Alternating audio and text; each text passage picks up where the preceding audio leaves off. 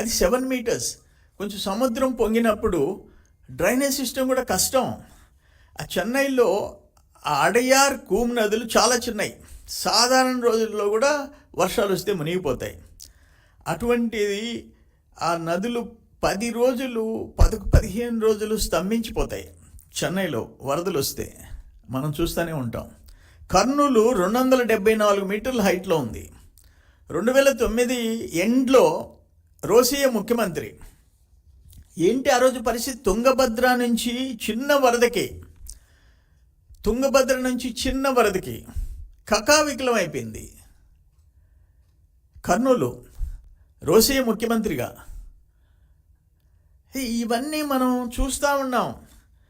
కృష్ణానది చరిత్రలో 11,40,000 క్యూసెక్స్ మన ప్రాంతంలో ప్రవాహం మనం ఎప్పుడు చూడలే.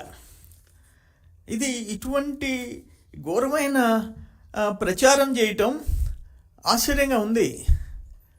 అంటే తెలుగోళ్ళు అయ్యుండి నువ్వు పార్టీలు వేరే అయ్యి ఉండొచ్చు, ఎలక్షన్స్లోకి వెళ్ళిపోవటములు సాధారణం. మీరు ఓడిపోతే అమరావతి నాశనం అయిపోనా? అమరావతికి పెట్టుబడులు రాకూడదా? అమరావతి నగరం అభివృద్ధి చెందకూడదా? ఇన్ని పెట్టుబడులు వస్తాయనంటే అన్నీ మూలపడిపోవాలనా? ఈరోజు అసలు 5 ఏళ్ళు మీరు ఎక్కడి నుంచి పరిపాలించారు? ఎక్కడ సెక్రటేరియట్, ఎక్కడ హైకోర్టు, ఎక్కడ అసెంబ్లీ? జగన్మోహన్ రెడ్డి చెప్పు. వైజాగ్లో పెట్టావా? ఎక్కడ పెట్టావు?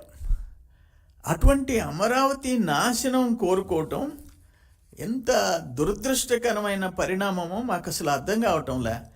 కర్నూలు 274 మీటర్స్ హైట్ సముద్రం కంటే. ఒక చిన్న వరదొస్తే, తుంగభద్ర నదికి రోసియా చీఫ్ మినిస్టర్గా గందరగోళం అయిపోయింది. అది కాకుండా దాదాపు చెన్నైలో 2015లో వరదలు వస్తే 40 లక్షల మంది జీవితాలు కకావికలం అయిపోయినాయి. 40 లక్షల మంది, 250 మంది ప్రాణాలు పోయినాయి. చెన్నై, ముంబై, బెంగళూరు, హైదరాబాదు భారీ వర్షాలు వస్తే ఆ వరద ముప్పు అక్కడ ఆ అత్యంత పెద్ద నగరాలు ఏ విధంగా గందరగోళమైనాయి. 250 మంది చనిపోయినారు చెన్నై. అన్నీ చూస్తున్నాం. ప్రకృతి వైపరీత్యాలు వచ్చినప్పుడు చూస్తాం. అయినా కూడా ఈరోజు అమరావతి సేఫ్. అమరావతికి వరద నీళ్లు రాలే. అమరావతిలో యథాతథంగా సెక్రటేరియట్, హైకోర్టు, అసెంబ్లీలు, ఆ భవనాల్లో కార్యకలాపాలు యథాతథంగా జరిగాయి. దానికి సంతోషపడాలా. కానీ ఇంత ఘోరంగా మాట్లాడే వాళ్ళను మనం ఎక్కడన్నా చూసామా అని చెప్పేసి నేను అడుగుతూ ఉండా.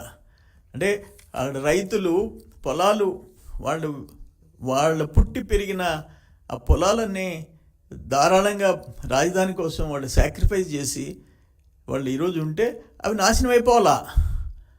అక్కడ పెట్టుబడులు రాకూడదు, పెట్టిన వాళ్ళు మునిగిపోవాలా. ఈ చెన్నై 500 ఏళ్ల చరిత్ర. హైదరాబాద్ చూసాము. ఆ డ్రైనేజ్ సిస్టమ్ 100 years హిస్టరీ.